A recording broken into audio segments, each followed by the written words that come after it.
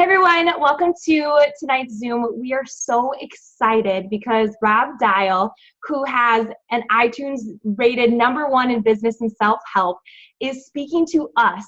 And something I really love about Rob is how relatable he is. In fact, that's why I messaged him, because he just seems so approachable. And the answer is always no if you do not ask. And something about Rob is he loves personal development, and he is giving his time. It is such a gift to us to help us grow as coaches, because we need personal development. We need to have that growth mindset in order to help more people. So Rob, thank you so much for speaking on our team. We are so honored, and you can go ahead and take it away.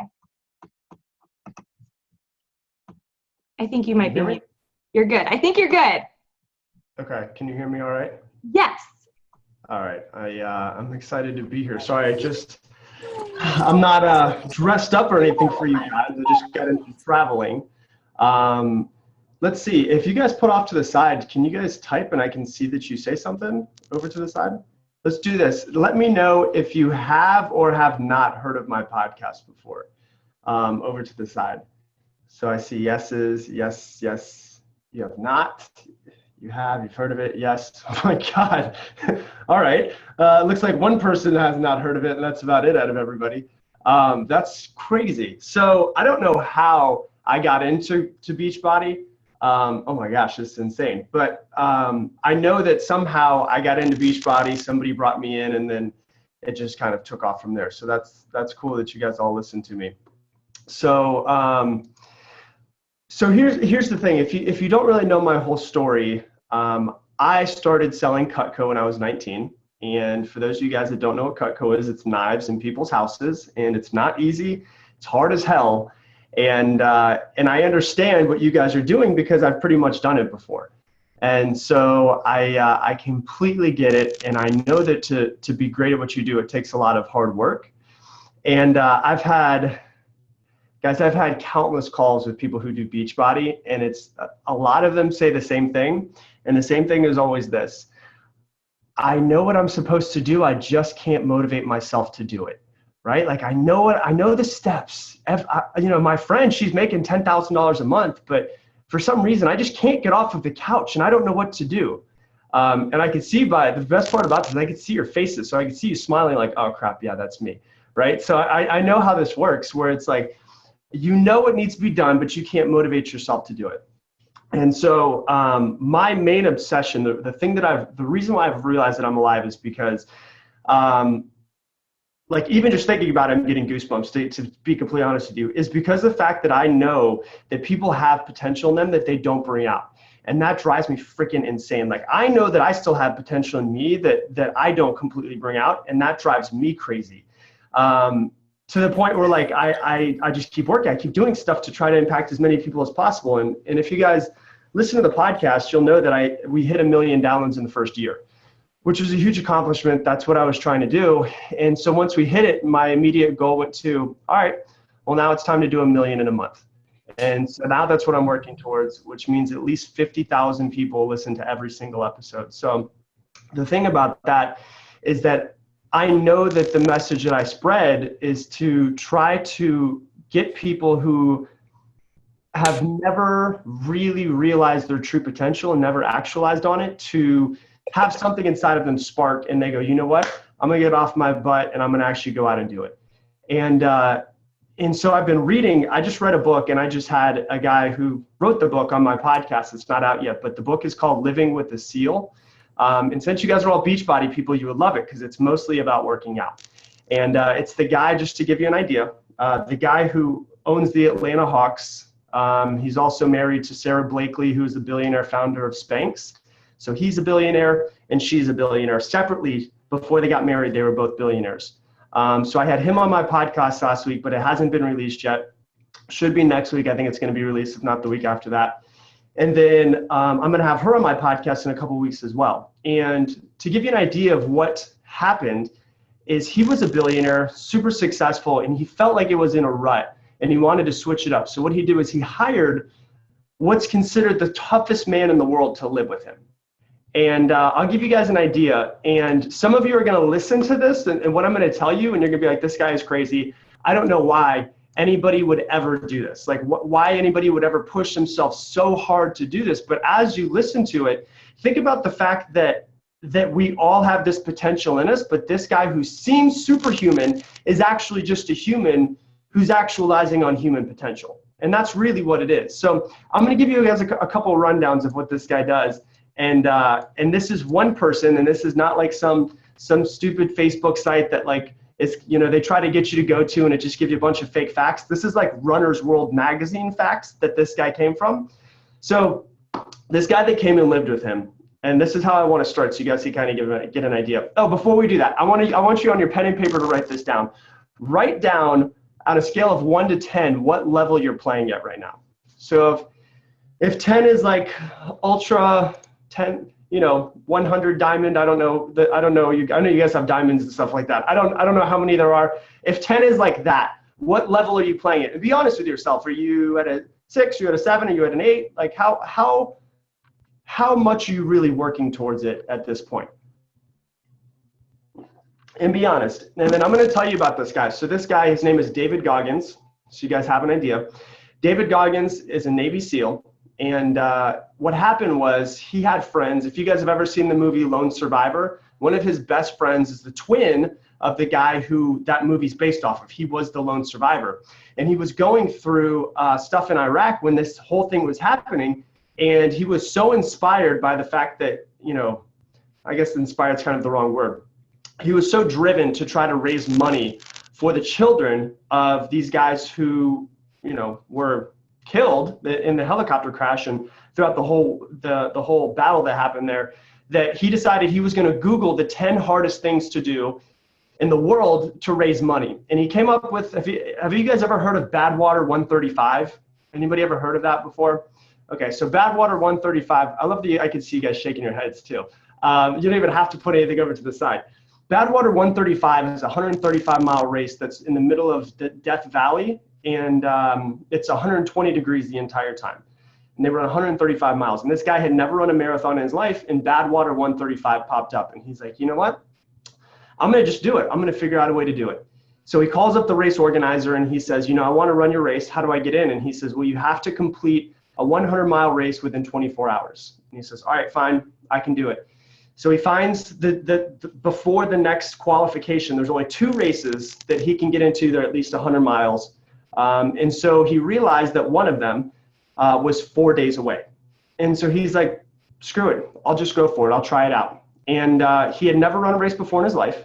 And he was 280 pounds. And he ran next to this guy who I interviewed, Jesse. And he ran, it was 100 miles, 1 lap all the way around, just 100 times around, 1 mile track. And by mile 70, he had broken, because he was so big, 280 pounds, he broke all of the small bones in his feet and had liver failure and was peeing blood. And so Jesse, the guy who I interviewed, was sitting next to him and he was watching and he's like, man, this is terrible. This guy who's the only person running by himself, everybody else had a team, this guy's not gonna be able to finish it. And so the guy gets up at mile 70 after having liver failure and breaking all the small bones in his feet and runs the next 30 miles and finishes the race, right? Then he calls the organizer, doesn't tell him about all of this, and says, I just finished the race. I did it in 19 hours.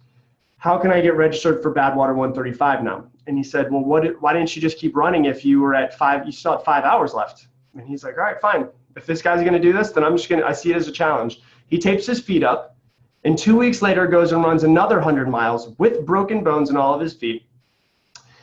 Qualifies for the Badwater 135, having never in his life been a marathon runner or any of these things, with still broken feet a month later, and finishes the race 5th place in the world. Now, what's crazy about it is not only did this happen, this guy then became an ultra marathon runner, started doing all of these things, found out, you know, and here's the problem. Most people who have what they call a fixed mindset, they're going to hear this story and be like, well, this guy was just blessed with a body that's able to do these types of things, right? We all know there's people like that where they always find some type of excuse. Turns out this guy had a hole in his aorta and his heart was only working at 75% capacity. So that's a BS excuse, plus the fact that he has sickle cell and he also has asthma on top of it. But this guy fights through and keeps going and keeps pushing. And what he said is at mile 70, When he broke all the small bones in his feet, when he found out that he had liver failures, he told himself, all right, this is where the race really starts, because this is where I find out who David Goggins is. Right? I'm not done. The guy has more. He had another one where he went into like the super frigid area. It was 150 miles. And by mile 90, he had pneumonia and ran the next 60 miles with pneumonia. If you've ever seen someone with pneumonia, they usually don't even leave the bed. He ran 60 miles with pneumonia, then came back the next year and beat the course record and did 150 miles in 33 hours. And then went in 48 hours. He ended up doing an entire race in 48 hours and having the world record for running 203.5 miles in 48 hours straight, no sleeping. Right? So you hear about these things, and I could honestly go through this list of all of these crazy things, but if you listen to my podcast, I'm going to be talking about this in a couple weeks anyways. But I hear this, and in my head, I'm like, what in the hell am I doing with my life? Like, I feel like I'm living at like 8, 9, 10, like I'm working, I'm up at 6 a.m., it's 6 p.m. for me right now. I've already been up for 12 hours. I'm still going. As soon as I got off the call with you guys, I have another call I'm getting on. So it's like, I'm going. And then I hear this, whoops. And I'm like, what the hell am I doing with my life? Right? Like if this guy is level 10, if he's superhuman, what level am I at? That's the way that I kind of think in my head. So now that I've asked you the question in the beginning, I want you to look down at what level you said you were playing at. And now be honest with yourself and say, if that's level 10, what am I playing at my life? Because it's probably lower now when you see someone like that goes that all out into something that they do. So here's the thing that I'm going to tell you. What does this have to do with anything? It has to do with potential. You guys all have potential. And I know one of the main reasons why you're in Beachbody, if you're in Beachbody, and the reason why is because you probably felt like I did when I first started in Cutco when I was 19 years old, and I so badly knew that inside of me there was some type of greatness. Like I knew it existed. Like I know that I'm not normal. I understand that there's something different about me. And you guys have that feeling, and something probably happened when you found out about Beachbody, and you probably went, oh wait, this isn't the same. Like I could actually find out what I'm made of. And then you get into it, and then you start being the same person that you were before. You start getting into the same habits that you had before. You stop doing all the things that you needed to do before. So you know what you need to do, but you don't do it. So how do we change that? All right, so here's where we start taking notes if you want to take some notes. I'll give you guys an idea too. The very first time I gave this talk, I don't have as much time as I did the first time I gave it, but I made a room full of men cry. So we'll see how we do. So we'll go at it anyways. But so anyways, as far as living up to your potential, the average person goes by what they call the 40% rule. 40% means that when you think you're done, when you work out, when your mind tells you that you're done, you're only 40% of the way done, because there's a mechanism in your brain that doesn't want you. Your brain is just for your survival, just for your safety. So at 40% is where you usually click off and say, okay, I'm done. But once you get past that 40% is where you're like, all right, let me find out who I'm made of. Let me see what I have deep inside. And I don't know about you guys, but that's like what I love to test. I love to go to the gym, and I work out with one specific guy because he's kind of insane, and I'm okay with that. Like I want him to push me so hard that I throw up, because of the fact that I want to see what I'm made of, because I'm not going to, by not pushing myself that hard, I'm never going to find out what my limits are. And so that if that is 40% and I don't get to that throwing up level all the time, well, then what am I really living at most of the time when I go to the gym? 30%, 25%? And it's kind of scary when you think of those types of things and realize that we have so much more potential than we allow ourselves to bring out, because there's just a mechanism in our brains that says, hey, stop, you're going to hurt yourself. But once you get past those mechanisms, where you start really, really figuring out who you are. And so the episode that I have coming out in a little while, it's going to be called, that has to do with this, it's going to be called Demand Greatness. When I wake up in the morning, I hate waking up at 6 a.m., honestly, but I love being up and getting stuff done. And I love living a life that's full more than I hate waking up. And I think that's the easiest way to put it. But most people, and here's the thing, I work from home.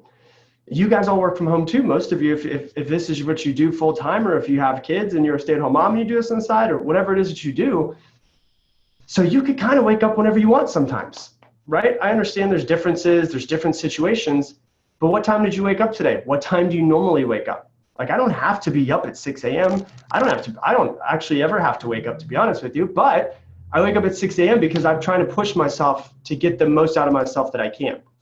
And so what I want to talk about is this: your fears. These are the three things we're going to cover: your fears, your habits, and I'm going to have to tell you guys about something called your paradigm, because it's the thing that I am obsessed with teaching people is your paradigm.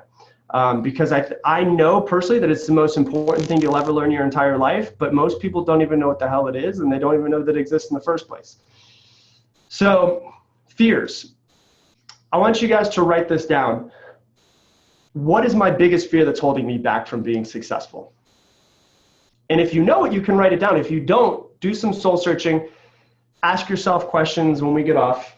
And plug my computer in here. And try to really dive in. Here's the thing that I do. I journal a lot. Is my journal? No, it's not here. I was going to show it to you guys. It's not up here, though. It's downstairs. I journal a lot. And the way I journal is I ask myself questions. That's the way that I figured out is the best for me. And for the people I coach that are in my group coaching and my one-on-one coaching, I teach them this strategy of asking yourself questions, because when you ask yourself a question, like if you guys are all looking at me, I say, what color is my shirt? You already answered it in your head before you even thought about the answer, right? Blue. It's the way it works. Your brain answers a question before you give it time to even answer. And so if you ask yourself, what do I want? What's holding me back? These types of things, you could start coming up with answers to it. So the first thing that I would ask yourself is, what is my biggest fear that's holding me back?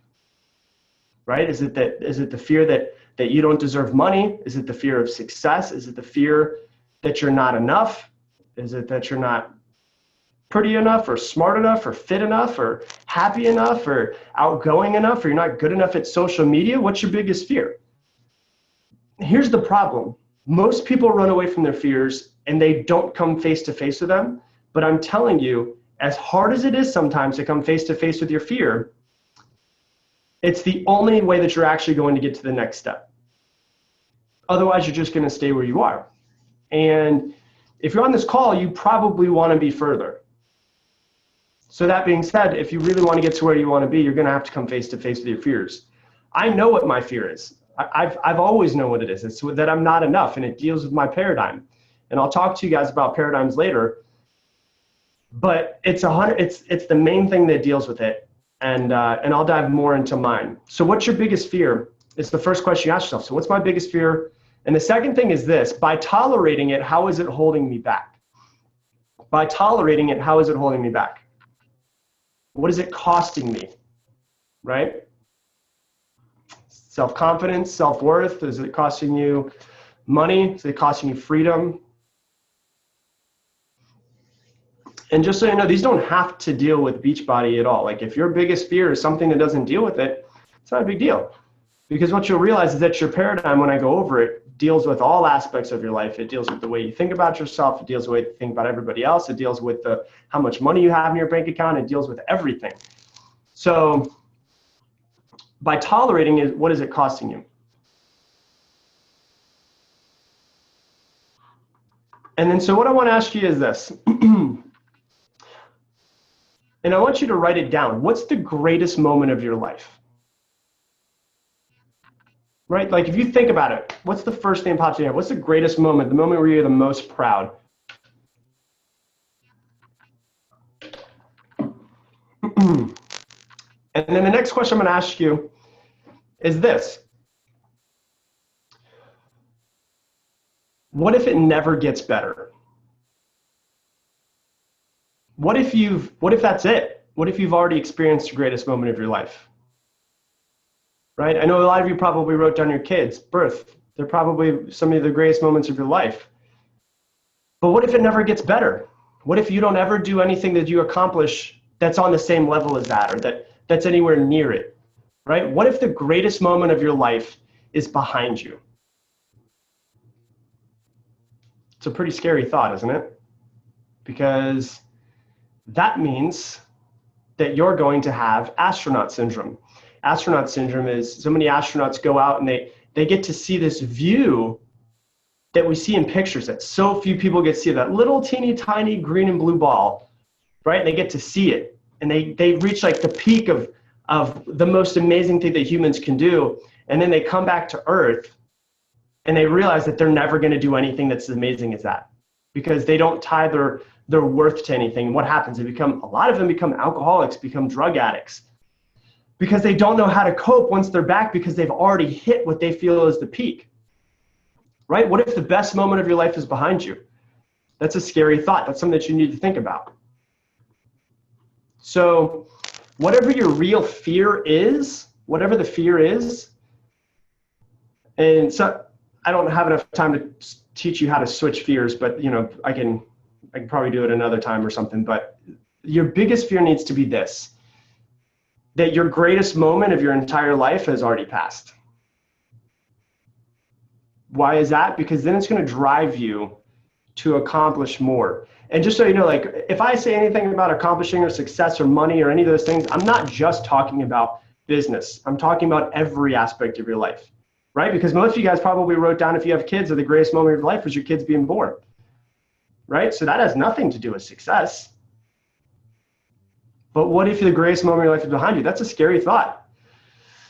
So your newest fear, your new fear that needs to take over that, the way that you think about, in my group coaching, I teach the difference between pleasure versus pain. Everything that we do in life is either towards pleasure or away from pain. That's it. And if you can disassociate what you associate pain to and what you associate pleasure to, you can drive yourself to work harder, right? Like I told you, my first fear, my big fear was that I'll never be good enough. That's the way it was when I was raised with an alcoholic father and all of these things.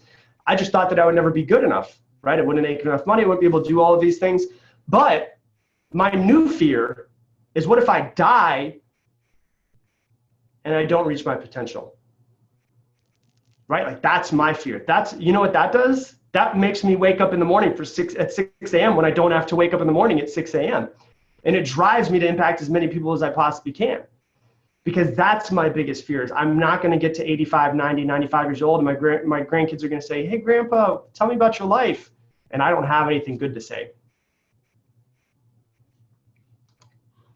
So that needs to be your real true fear. That's what you need to switch it to. The second thing is your habits and your patterns. So everything that we do is a habit or a pattern. Let me take it back. Not everything. About 85% of the stuff that you do, according to Harvard, is through habits and patterns. And the reason why is because if you have a habit or you have a pattern, it then makes it easier for you to go through the rest of your day and not have to spend energy thinking about all of these things. Your brain takes up tons of energy to think. So that's why if you've ever driven home and you get home, you're like, wait, how the heck did I just get home? Right? The reason why is because it's become a habit. Your brain wants to turn off so it doesn't have to think as much, so it can reserve energy for the things that you need it for. So that being said, you have habits and patterns that are probably good, but then you also probably have habits and patterns that are very bad, right? So the question that I want you to ask yourself, you notice that a lot of these are all questions you're asking yourself. This is how coaching works. And this is the difference between the podcasts. Like I love the podcast. The podcast is like my baby, but it is literally nothing compared. Like it's literally like the tip of the iceberg to how much stuff, like how much more deeper I could go. I just can't do it in 10 minutes, which is why when I originally, I was talking to her the other day and we were talking, she's like, well, you could do it in 15 minutes. And I was like, I don't think you understand. Like once I get started, I don't stop. Like I can go forever because I'm obsessed with this stuff. And so the thing that you have to realize is this, is your habits and patterns. I lost myself for a second there. So your habits and patterns, there's ways to switch them. But the first thing you need to do is you need to do a complete analysis. What are my habits and patterns that are good? You can write this question down yourself. What are my habits and patterns that are bad? And you don't have to write them all down now. This is all stuff that's homework for whenever we get off. And then you ask yourself how you switch them. So I'll give you an example of just a quick example of pleasure versus pain. I can't do it much justice in my group coaching. It's like a 30-minute video, but pleasure versus pain is this. I'm trying to think of the best way to associate. Let's say it's this. A lot of people they're lazy, right? Quote unquote lazy. Here's the deal. Everybody's lazy. Like if you're lazy, you're not special. Everybody's lazy, because think about it. If it's in the middle of the summer, it's 100 degrees outside in Austin, Texas, and it's 50,000 years ago, 10,000 years ago, whatever it is, cavemen are out walking around, whatever you believe in, they're going to be up in the morning hunting and foraging, and then they're going to be out as the sun's starting to set, and they're going to hunt and forage, and the rest of the day, they're going to sit under a tree because it's too freaking hot to do anything else, right? That's lazy. We're all naturally lazy, but we have to find a drive within us that's so strong that we get up when we want to sit on the couch. So here's what I mean by pleasure versus pain. If you have spurts where you're just like, I am not motivated to get off the couch right now. The reason why is of what you're associating pleasure and pain to. You are associating pleasure to sitting on the couch and checking your Facebook and telling yourself that you're really doing something on your social media for Beachbody, but you're really not. You're just looking at everybody else and stalking them. And your pain associated with this, look at all your faces laughing, because you know this is true. You're laughing because it's true. That's the only reason why. You understand that. So your pleasure is sitting and stalking people on Facebook and all of these things. And your pain is getting up and actually doing something, right? That's just an example. So what do you switch it to? If people are like, I'm not motivated. When I've talked to Beachbody, people are like, I know what I need to do. I just can't figure out how to motivate myself. And I won't cuss, but because of the fact that I can see a baby in one of these, and I see babies popping in and out of these things. But I was like, you just don't give a crap. That's why you're not doing it. That's the honest truth. But replace crap with the other word because there's children around. That's what I said. And I was like, I have to tell you, like, let me be honest with you. It was a very specific call. I know exactly who I was talking to, and she's in my group coaching now, but I was like, you just don't care. That's why you're not doing it. So if you find yourself not working when you know you should be working, the reason why is because you don't care about the goal as much as you should. So then your next question is, well, how do I make myself care about the goal? The way that you do it is you associate pleasure versus pain. Okay. Who here has children, just so I can have an idea? Okay. Lots of hands. Okay. So here's the thing. Oh, I've got an interesting statistic to tell you as well, just so you guys, it's something that'll make you want to work even harder. I just found out. But anyways, I'll tell you about that in a second. The thing that you have to think about is this. Let's say you have kids. Even if you don't have kids, this is completely towards you as well. Your pleasure is sitting on Facebook and watching people not doing anything. Your pain is getting up and actually doing something and putting the hard work in, right? That's, momentary gratification instead of delayed gratification. That's really what you're looking for, is the instant gratification. So how do you switch it in your head? You need to associate so much pain to not doing it that you get up and do it. Now, how do you do that?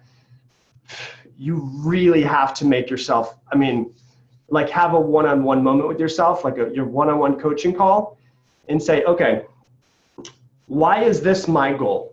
Let's say you want to make $100,000 next year, right? Why do I want to make $100,000 next year? If it's money, if it's just money, you're not going to get off the couch and do it. I'm going to promise you that.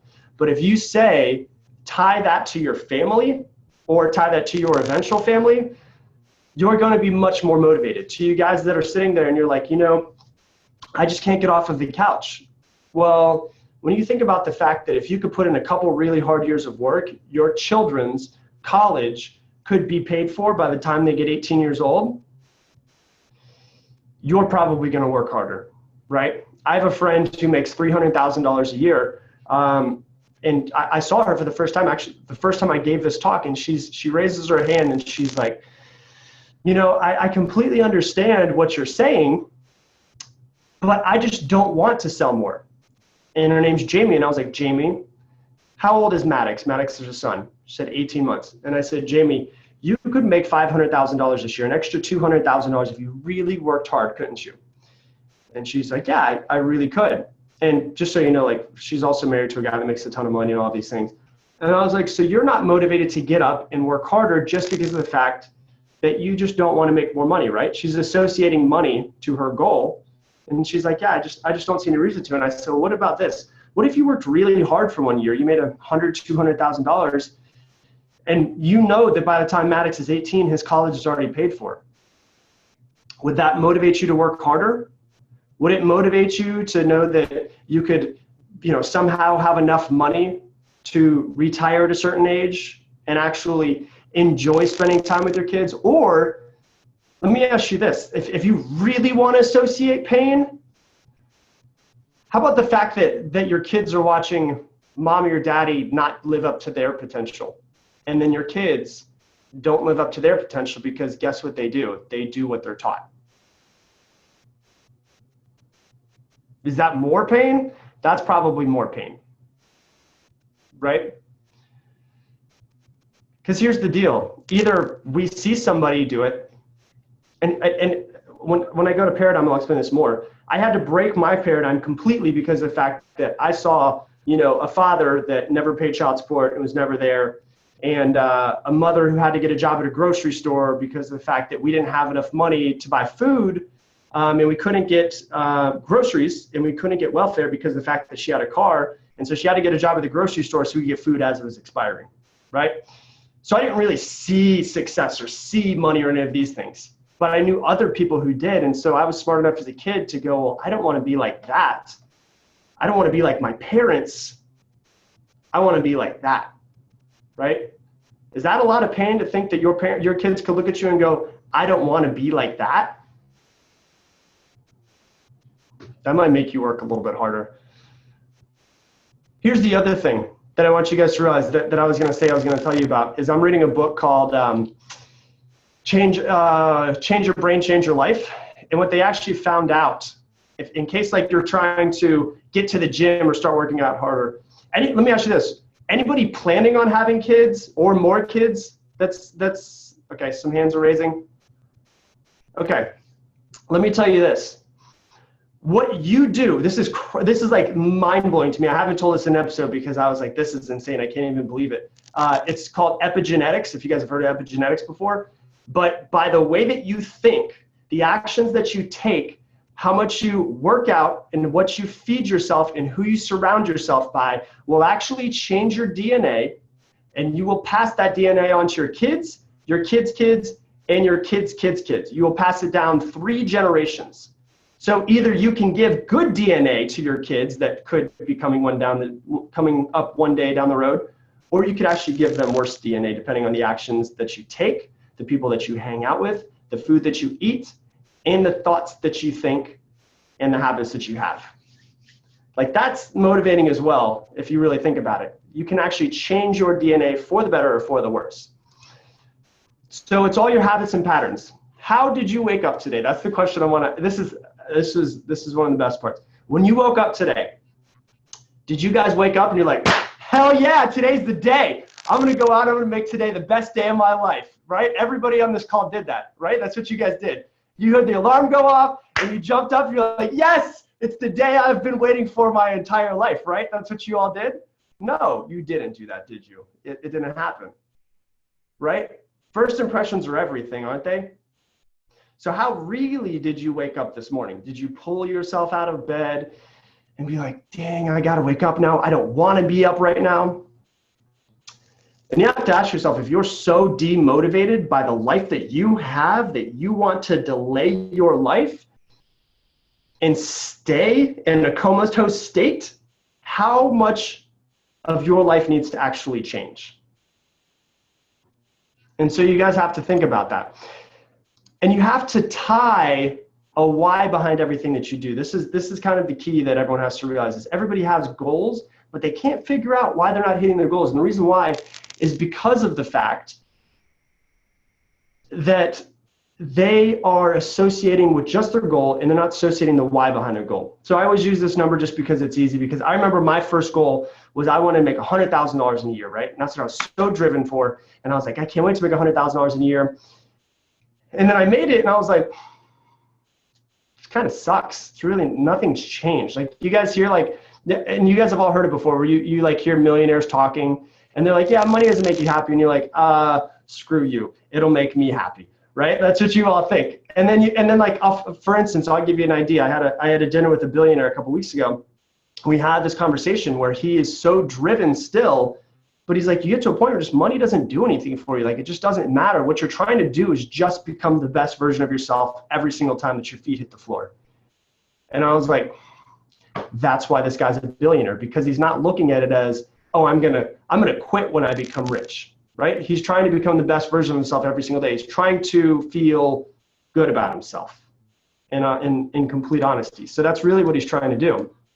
So that being said, with your why behind what it is that you want to do, if you have a goal of making $100,000 this year, this easy example, whatever it is, why do you have a goal of making $100,000 this year? And this is what you have to do. You have to have soul searching time, right? It's not just like, hey, I want to make $100,000 this year, because if that's your goal, you're probably not going to hit it. I'm just going to tell you that. If your goal is to make $100,000 this year, because this is my financial plan of how it's going to set up my family and allow me to, invest 10,000 of those dollars right now, and in 18 years, when my newborn is able to go to college, that'll all be completely paid off, right? Which situation do you think you're going to work harder for, A or B? You're going to work harder for B, because there's a why that's attached to it. So, I'm sure you guys have heard it before. You guys are Beachbody's all about personal growth, and you guys are always trying to get better.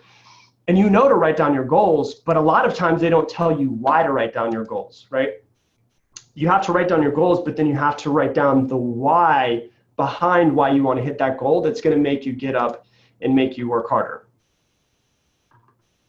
So here's the way that you change. So a lot of people are like, well, okay, I'm happy now, somewhat happy, I'm comfortable, but I don't know how to get to the next level. And here's what I found with personally myself, but then also with a lot of my coaching clients as well. There's a couple places where people level off, and you guys can let me know if you agree with this based on your income, but usually people level off at about $50,000 a year. People also level off at about $100,000 a year.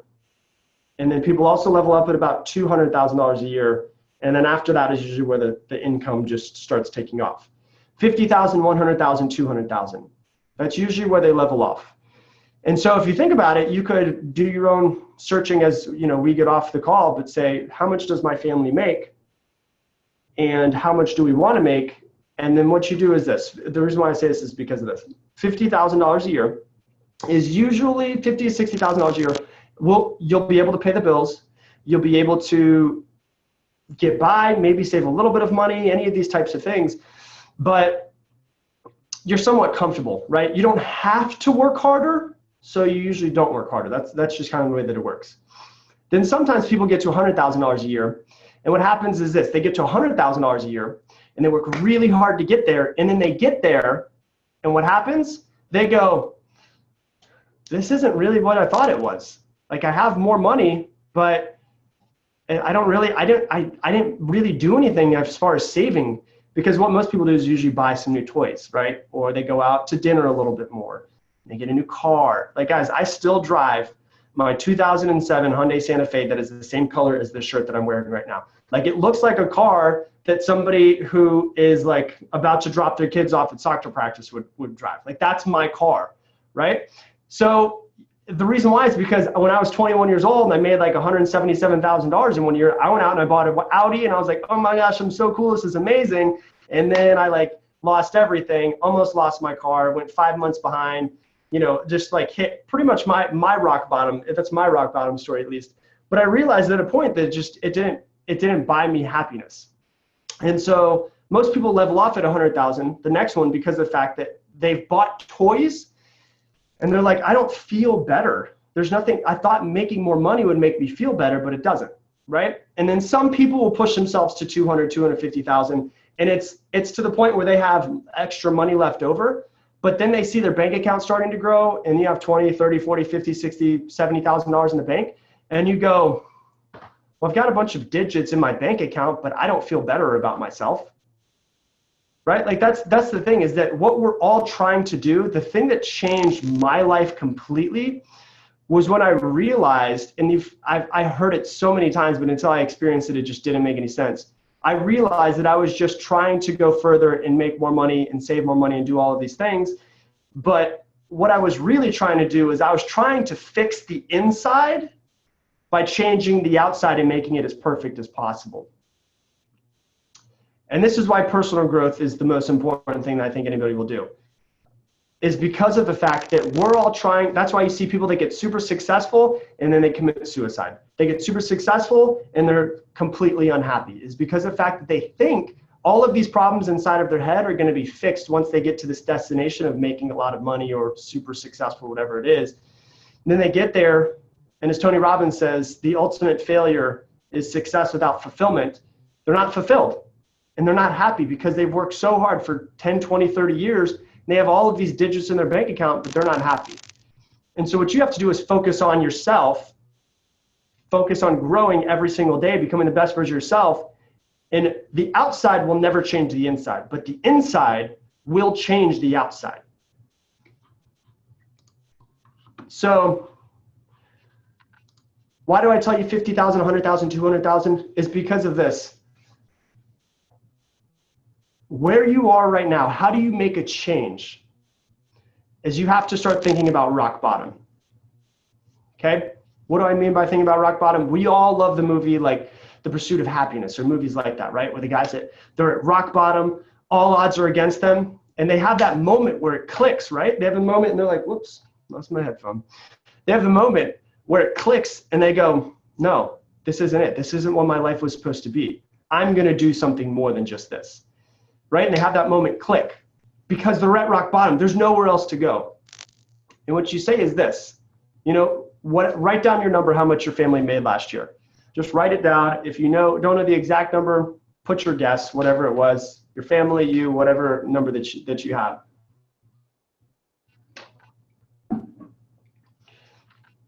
And you need to look at that number, and that needs to be your rock bottom. You need to look at it and go, you know what? That's the old me. That's the me that wasn't playing at that level 10. That's the me that wasn't going all out. That's the me that wasn't doing what I was supposed to. That's the old me, and that person is now dead. Now it's the new me. That $50,000 that my family made last year, that I made last year, that's absolute rock bottom. It is unacceptable, and I will not live my life like this anymore. And that's how you have to talk to yourself in order to get yourself off of rock bottom. I've been to rock bottom before. I've been to the point, and you guys have probably heard it, where I lived off of pasta for 2 months, right? And I was way behind on all of my payments. And there was that moment where I was like, this isn't it. This isn't what my life was made for. And it just changed. And you have to psychologically do the same for yourself. You have to psychologically tell yourself, you know what? This isn't what I was put on this planet to do. And you don't have to know what you were put on the planet to do. That's the problem, is that people are like, well, I don't know why I'm here. I don't know why I'm here either. I have a guess, but I'm probably wrong. There's a pretty good chance that we're all wrong of why we're here. But you have to look at that number and go, that's not me. That was the old me. And you have to legitimately kill that person. Like, that person doesn't exist anymore. And today, a brand new person exists. And you go to bed tonight with your goals of exactly what's going to be done tomorrow. And you wake up tomorrow and you hit the floor and you say, yes, today's the day. I'm reborn, right? And you think about those types of things and you think that way. All right, so I got to go quick because I realized I still haven't told you guys about a paradigm, and this is the most important thing you'll ever learn your entire life. So here we go. I have to get a pen and paper. I wasn't planning on talking about it, but it has to be talked. Oh, look, I already have it right here anyways. Okay. Can you guys see this? Is this backwards for you? It's not backwards. You guys can read this? Okay, so write this down. This says paradigm, and there's an arrow going into belief. Belief has an arrow going into action. Action has an arrow going into results. Results has an arrow going into paradigm. So I'll teach this the best that I can in the next few minutes. I have legitimately like 2 or 3 lessons on this in my group coaching because it's like the most important thing you'll ever learn. I'm not even freaking kidding. So your paradigm is this. We've all heard the word paradigm before. Your paradigm is your subconscious belief. If it exists, you don't even know it exists. But now that you know it exists, after I teach this, you're going to start noticing stuff that you do, and you're going to stop and go, whoa, wait. My paradigm just made me do that. And you're going to go like, and usually I'll give you an idea. Your paradigm is usually made what they call in your pre-verbal years, which is 6 years and before. It's usually placed on you, usually starts, and you don't have to have a bad childhood to have a bad paradigm, okay? But it usually starts from your parents or people that were close to you when you were younger, and then it's reinforced throughout your life, okay? So I'll give you an example. Most people's paradigm is somewhere along the lines of this: I'm not good enough, right? It has something to do with that. I'm not pretty enough, I'm not smart enough. A lot of people, it's like, I'm not smart enough, but that also deals with not good enough. Have you guys ever been in a situation where you start getting really far ahead of yourself and you're doing really well, and then somehow you just like completely kick the legs out from under your success and you end up exactly where you thought you were going to? Right, because your paradigm is trying to keep you in this place. So let me explain it, and then I'll explain to you what it is. So your paradigm is this. Your thermometer, easiest way to think of it is this: your thermometer in your house, right? The way it works. Let's say it's set at 70 degrees, and it starts to get a little bit hotter. It goes up to 72. What happens? The AC kicks on and pulls it back to 70 degrees, right? Let's say it gets colder, gets to 68. What happens? Heat kicks on and pulls you back to 70 degrees. Your paradigm is your subconscious thermometer, where you think you should be without actually knowing that this is where you think you should be. This is a crazy way that our head works. You don't even know that you're thinking this, but you are. So I'll give you an example. If you're 70 degrees, right, and you start doing better than you thought you were going to, what happens? You get lazy. You tell yourself reasons why you can slow down, why you can spend more money, why you don't need to make phone calls, why you don't need to go to this. And then what happens, you end up exactly where you always have, or just a tiny bit better sometimes, right? Now, let's say this happens. Let's say that your bank account starts getting lower than you're used to, right? What do? You're like, holy crap, I got to start working really hard to get it back to a certain spot. And then what happens? It pulls right to where it is. You take your foot off the gas and you stay there. Can you guys relate to this? You guys know what I'm talking about? And this is also most people. I have another lesson which is on money. That's the craziest thing you'll ever hear, but it's the exact same thing for money. We all have a financial thermometer of how much money we're used to seeing in our bank account, right? And that's why if you look at your bank account right now, it's probably always around that amount, right? Because then we start spending more. When we make a little more, to go back to here, we don't realize that we're doing it. We're just like, oh yeah, okay, whatever. So I'll go out to eat a couple more times this month. And then when if we're used to seeing $2,000 in our bank account, right, and it goes to 1,000, you never go out and you're not seen for the next 90 days. And then it gets here and you're like, okay, cool. We're back to where I'm used to. That's where I'm comfortable, right? This is also like your comfort zone. So let me explain to you how this works. If your paradigm, I'll talk about myself. And here's how I figured out my paradigm. And this is what you have to ask yourself when we get off, because you're probably not going to realize it right now. What is my paradigm and where did it come from, right? If you were to say, there's this whole thing that's happening in my life that I'm holding myself back. How am I holding myself back? How am I self-sabotaging? You start writing these questions and figure it out. Most people's is somewhere on the lines of I'm not good enough. Mine was that I'm not good enough because of the fact that I had to literally like think for like weeks. I think it might be I'm not good enough. I'm not really sure what it is. Why would it be that if it is?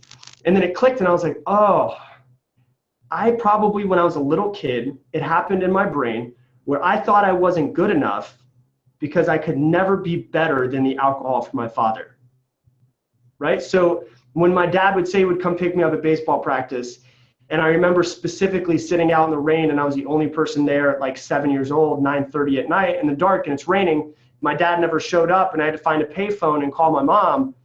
I probably had something click in my head of, well, my dad won't even pick me up. I'm not good enough, right? Like that makes sense once you start thinking about it. So then you start thinking, okay, well, where does it come from? How is it reinforced? And it's just basically like a filter that you have in your life. So your paradigm is your worldview, the way that you see the world, right? And your paradigm will go into your belief, right? And your belief goes into your actions. So let me give you an idea. If your paradigm is that I'm not good enough, and you believe, this is subconscious, this starts to become conscious. You start to believe, maybe, you know what, this Beachbody thing isn't for me.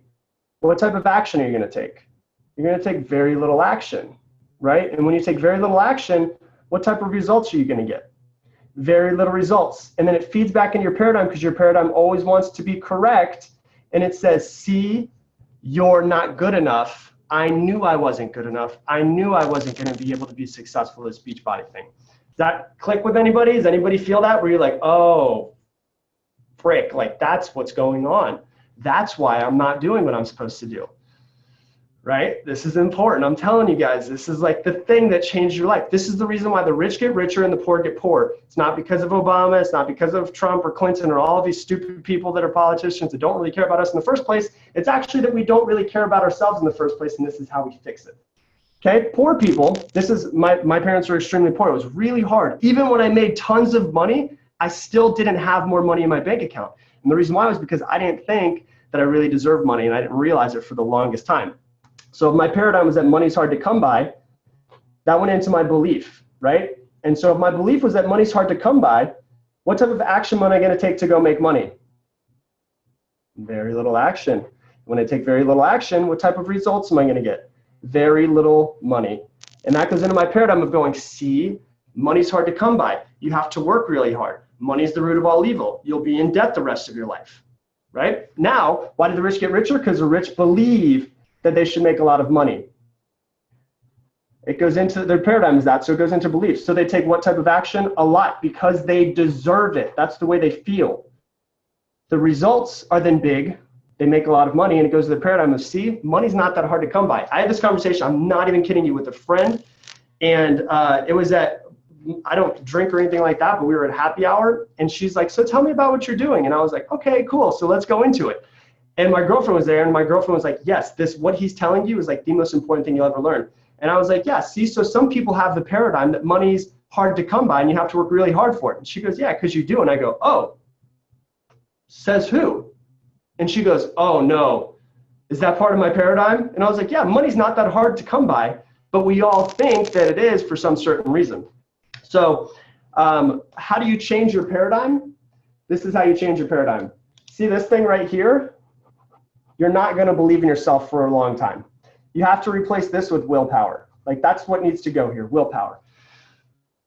And this is what you do is you'll notice if your paradigm, for instance, is that I'm not good enough, well, then you're not going to take the action that you need to be good enough. So you're going to notice, this is what's going to happen. Tomorrow, when I say you're going to wake up tomorrow and you're going to be born brand new and you're going to be fresh, the reason why is because you're going to notice things that you do where you're like, holy crap, it's because of my paradigm that I've been doing this my entire life. It's literally like the sheets to like see the Wizard of Oz, or like, you're like, wait, whoa, that's been controlling me my entire life? And you don't even realize that it's happening. So you have to put willpower in the place of belief. So when you start to, if you say, for instance, yours is that you're not good enough, right? Well, then what you do is when you start to get the feeling of maybe I'll just take it easy. Maybe I'll sit on the couch and do this. What do you have to do? You have to click and you have to go no. And you have to search deep down inside yourself and get willpower and work 10 times harder, because what you're trying to do is this. You're trying to take the action that gives you results that are better than your paradigm. Because here's the only thing that can happen. Thermometer doesn't work this way, but your paradigm works this way. If your paradigm is set at 70 degrees and you consistently start getting 72, what's going to happen? It's going to go, all right, I'll go up to 71. And it'll go up a little bit. And then you have to go 72, 72, 72, and then it's going to move up a little bit, and you do a little bit better. And then you have to go, all right, let me take it another level. I'm going to 74. And you get 74, 74, 74 results. It's going to go, all right, 73. 74, 74, 74 results. All right, 74. And you slowly move your paradigm by getting results that are better than you actually think that you can get. And the only way to do it is through willpower. Absolute 100% willpower. And that ties back to just results that just are way better than you actually thought that you could do. So, so that's basically all I got for you guys. It was a lot, wasn't it? Are you guys like? So this is, I'm not kidding. Like, this is the most important thing you'll ever learn in your life. That